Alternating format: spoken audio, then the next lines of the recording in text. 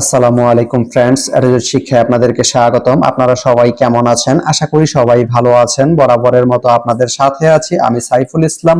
চলে এসেছি নতুন একটি ভিডিও নিয়ে।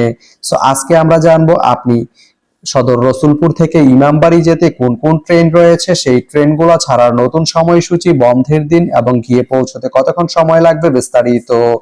আমি যদি আপনাদেরকে ট্রেনের সময়সূচিগুলো বলে দিই, আপনি সদর রসুলপুর থেকে ইমামবাড়ি যেতে শুধুমাত্র একটি ট্রেন রয়েছে, সেটি হচ্ছে কর্ণফুলী। কর্ণফুলী ট্রেনটি সদর রসুলপুর থেকে ছাড়বে দুপুর 1টা 6 মিনিটে এবং এটি ইমামবাড়ি গিয়ে পৌঁছবে দুপুর 2টা 1 মিনিটে। এই ট্রেনটির কোনো অফ ডে নেই।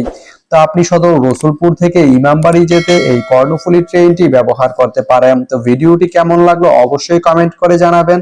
আর ভিডিওটি যদি ভালো লেগে থাকে বা আপনার কোনো উপকারে এসে থাকে তাহলে ভিডিওতে একটা লাইক করে দিবেন, কারণ আপনার একটা লাইক আমাকে অনেক ইন্সপায়ার করে নতুন নতুন আরো ভিডিও বানাতে। তো ধন্যবাদ সবাইকে ভিডিওটি এতক্ষণ ধৈর্য ধরে দেখার জন্য। ভালো থাকবেন, সুস্থ থাকবেন, এডুকেট শিক্ষার সঙ্গেই থাকবেন।